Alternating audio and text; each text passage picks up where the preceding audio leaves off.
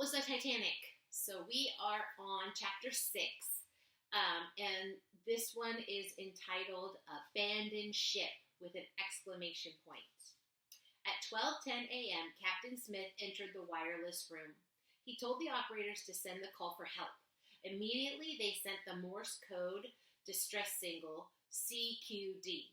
A short while later, they tapped out SOS, the brand new international call for help. This was one of the first times in history SOS was used. So this is the wireless room where the operators send out messages. So they're sending the distress call. SOS, they're saying, is that's one of the first times it was used, which I didn't know.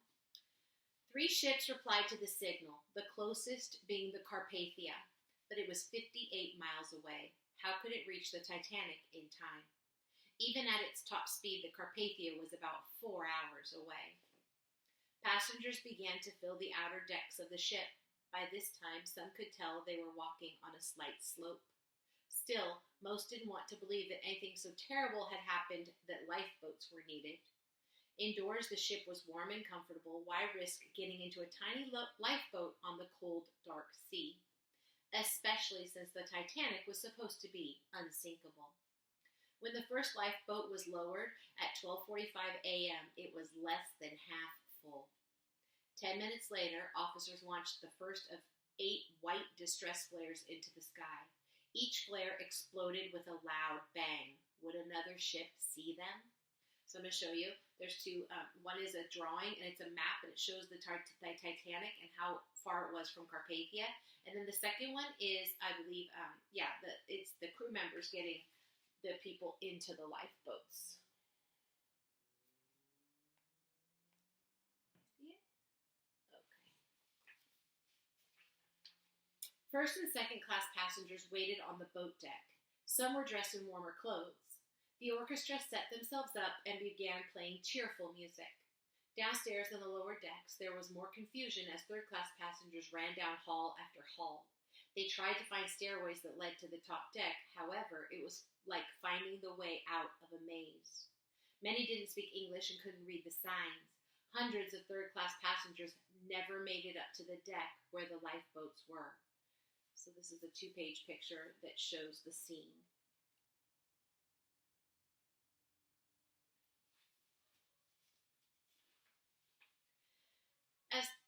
As the bow of the ship kept sinking, the rest of the Titanic tilted higher and higher out of the water.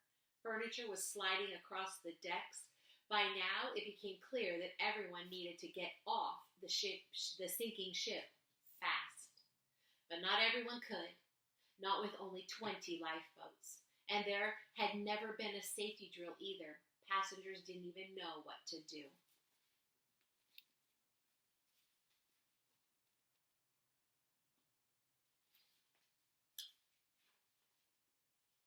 Now there's an inset that's telling us about lifeboats.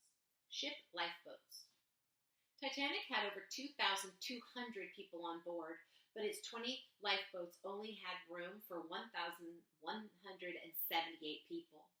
There were 16 regular lifeboats and 4 inflatable ones. The White Star Line hadn't broken any laws, though.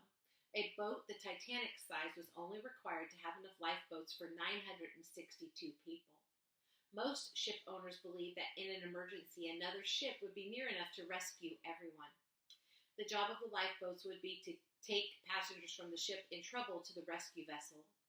The lifeboats would serve as ferries, taking one group of passengers after another to safety. No one imagined a situation in which everyone would need to be evacuated on lifeboats all at the same time.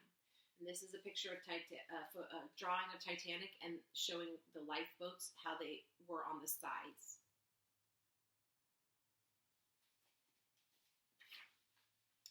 The crew worked to load the lifeboats quickly, but passengers started panicking as they realized not everyone would be saved. One officer shot his gun into the air as a group of frightened passengers fought to get on a lifeboat. Another officer had the crew form a ring around a lifeboat. The men locked their arms together. Only women and children were allowed through. According to all ships' rules, women and children were to get in the lifeboats first. John Jacob Astor V, the 4th, said goodbye to his wife Madeline. He tossed his gloves to her as the lifeboat was lowered. She would never see him again. Isidor Strauss urged his wife, Ida, to get on a lifeboat. She refused. We have lived together for many years. Where you go, I go. So this is a picture of people going kind of crazy, trying to get on the lifeboats. And this is a picture of the two couples that they were talking about.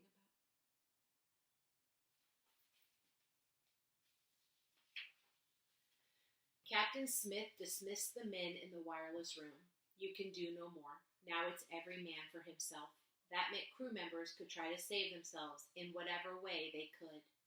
As for Captain Smith, he didn't intend to go anywhere. He would go down with his ship.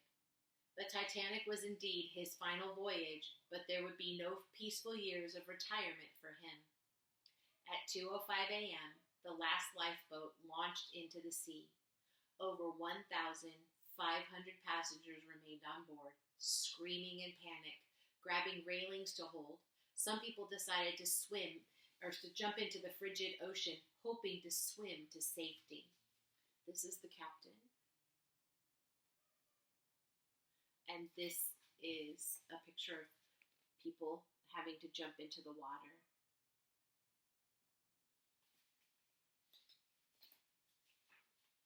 It was now 2:18 a.m. The whole bow of the ship was no longer visible, and the stern rose nearly vertical toward the sky. All the Titanic's lights went out.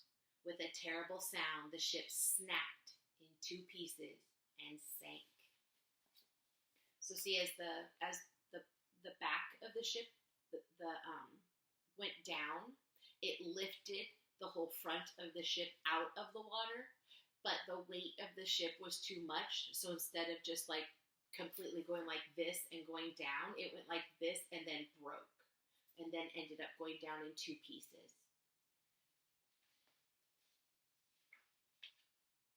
Only 2 hours and 40 minutes after the Titanic hit the iceberg, it was gone. One passenger in the lifeboat later wrote, as the Titanic plunged deeper and deeper, we could see her stern rising higher and higher until her lights began to go out. As the last lights on the stern went out, we saw her plunge. Then the screams began and seemed to last eternally. Only about 700 passengers had made it onto the lifeboats. They watched in horror.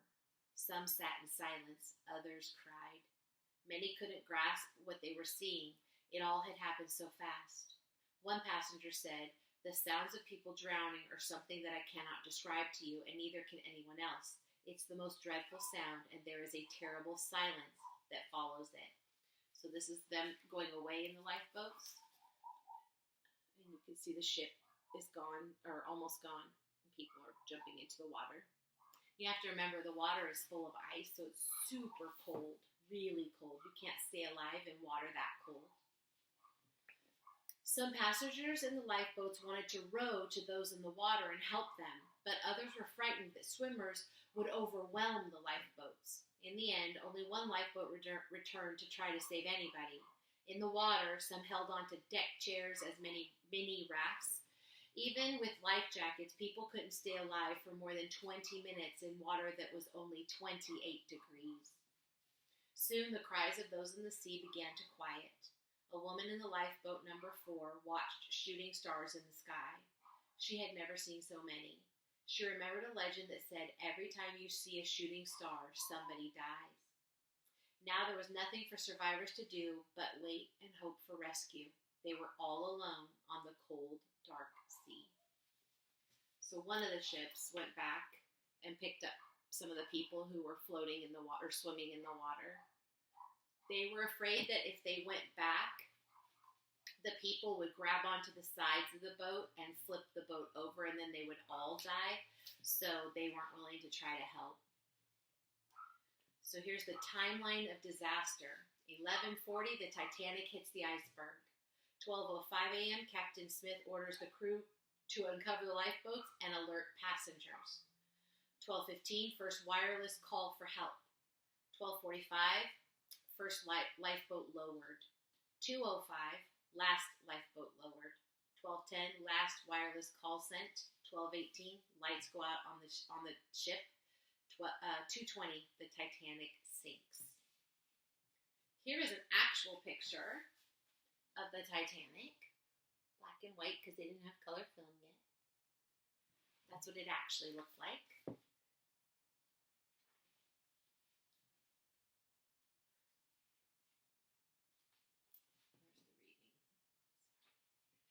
Okay, I'll show you a few more pictures and then we'll read more next time. So this says, launch of the Titanic at Southampton, England, and it shows the propellers.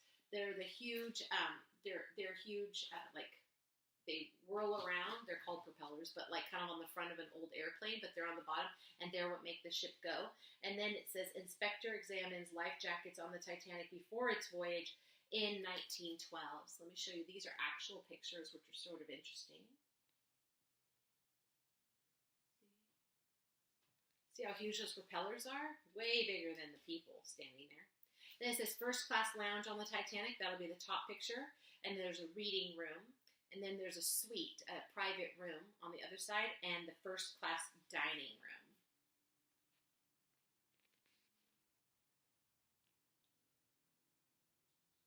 If I'm going too fast with the pictures, or if you can't see them, you can always push pause and look at them. This says cycle racing machines in the gymnasium. So it's kind of like a stationary bicycle that we would have now. And this one says J. Bruce Ismay, the director of the White Star Line. So this is the guy who was in charge of making it.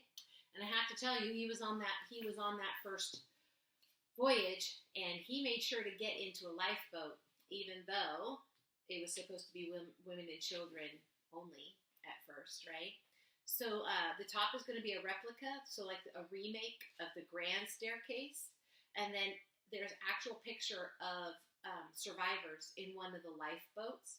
And then the next one is the survivors in a lifeboat being picked up by the Carpathia.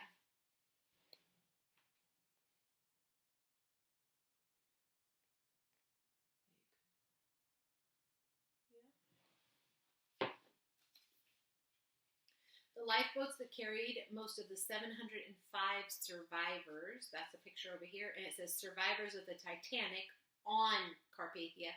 So after they got brought to the other ship, they sat on the deck, and then they showed this is the picture of what they look like. And on this side, this is the newspaper from that day, I guess, or when they found out. It says Titanic sinks 4 hours after hitting iceberg. 866 rescued by Carpathia. Probably 1,250 perish, which means die. Ismay is safe. Mrs. Astor, maybe, noted names missing. So they were basically like telling the names of the super rich people. And then it shows a picture of the captain. And I think it has a partial list of the people who were saved. So this went out in the newspaper. That's an actual picture of the paper.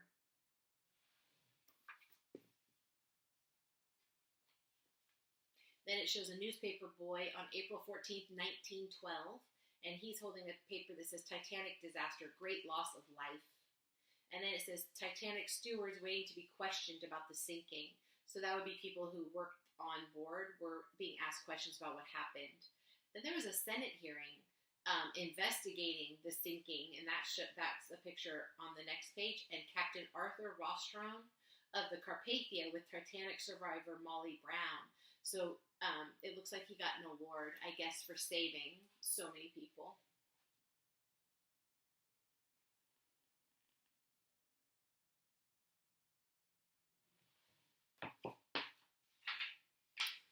Picture, it says, oh wait, no, there's two more, sorry.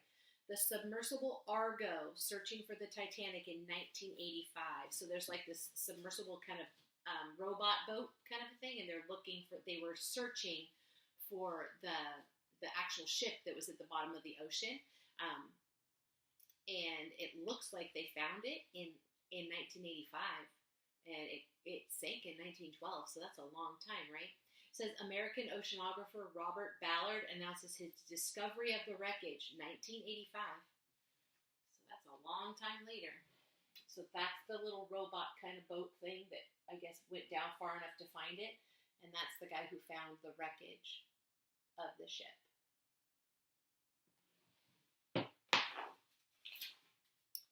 The last picture is the dishes from the Titanic on the ocean floor. So underwater, there's a picture of all the dishes.